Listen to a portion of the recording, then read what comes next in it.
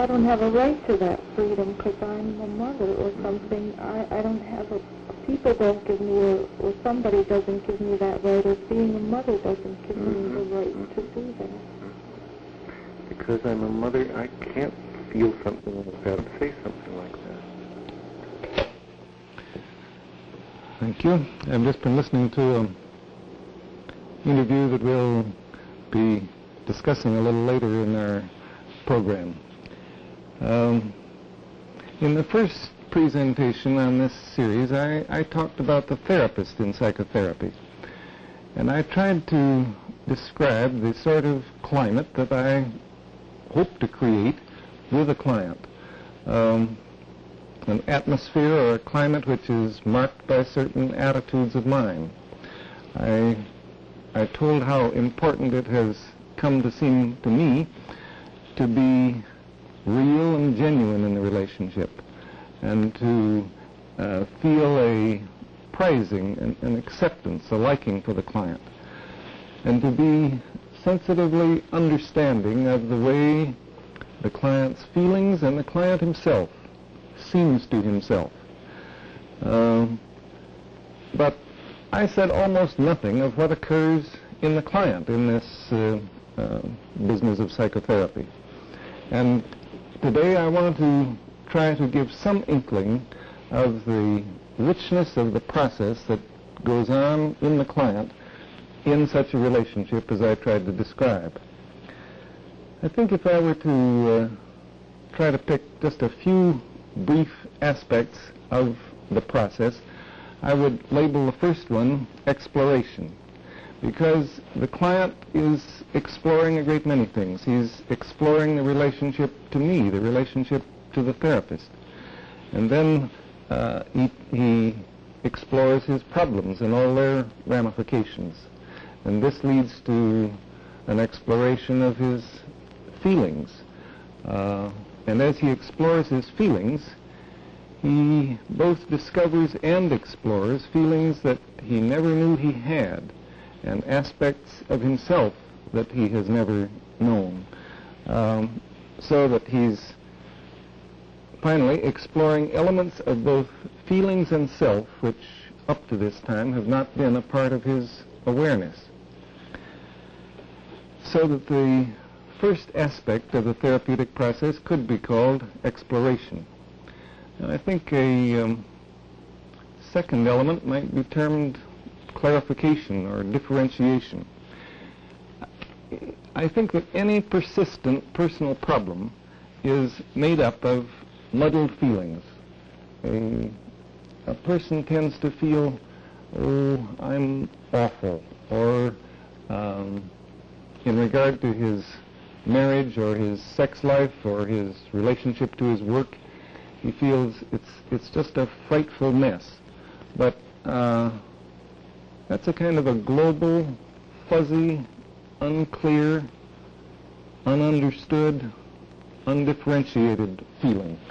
And in therapy, a person begins to unravel that tangle. He begins to be clear as to the ways in which he is awful, or to recognize the specific feelings that he has in his marital relationship or his job or whatnot.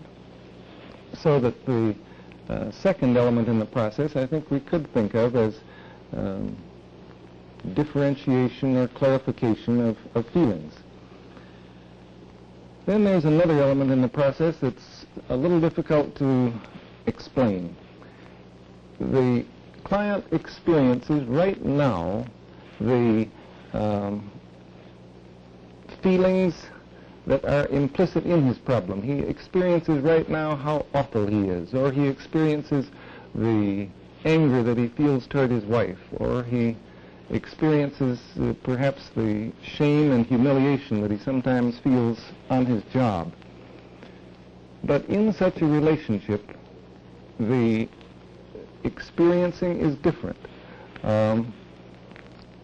He can experience such a feeling with acceptance. He can experience it as a real part of himself which he can own and look at without having to hide it or put it out of mind.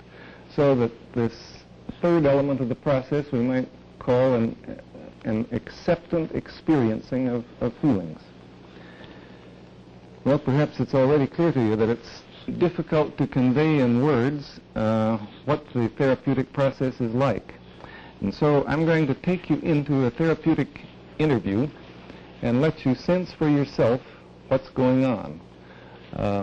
I think you can judge the extent to which I've been able to create a therapeutic climate of realness and acceptance and empathy.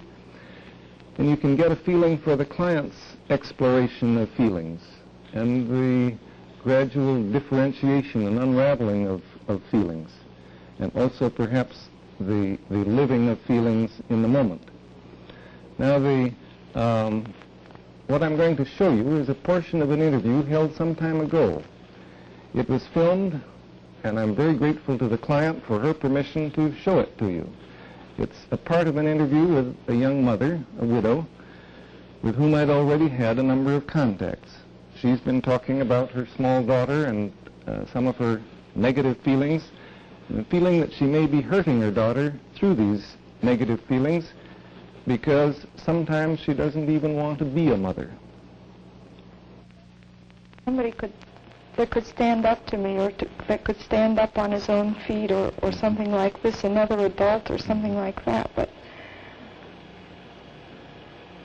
But I mean, I'm not supposed to, and it would be terrible if people thought of me as a mother who hurts her own child, and I don't want to be that or something, and yet sometimes I really do want to hurt her. It just seems so awful to think of being a mother who might at times want to hurt her own child, and yet actually sometimes that's the way you feel.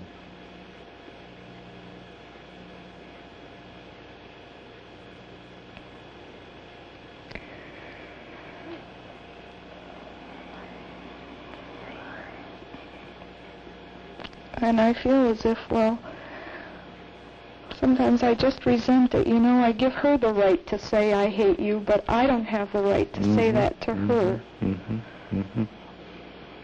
I give her that much freedom, and yet I resent the fact that I haven't given myself that much freedom. Well, I feel as if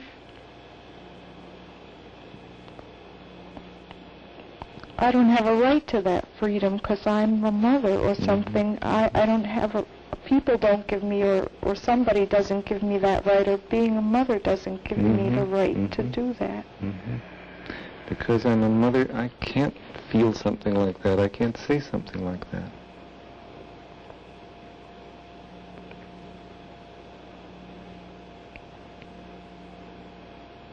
And also because it hurts her, also because she's so little, and because she can't stand up to me, and she...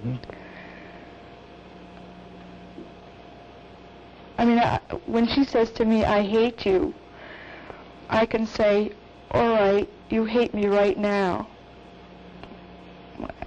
and feel like, well, maybe tomorrow she won't. But I'm not sure that she can say that to herself. I mean, I'm not sure that... I mean, if I say I hate you to my daughter, I mean, I feel as if to her that means forever and ever, and she'll always remember it that way or something, and I don't want... I sort of feel I can understand what she means when she says I hate you, because I know it isn't permanent, but I can't believe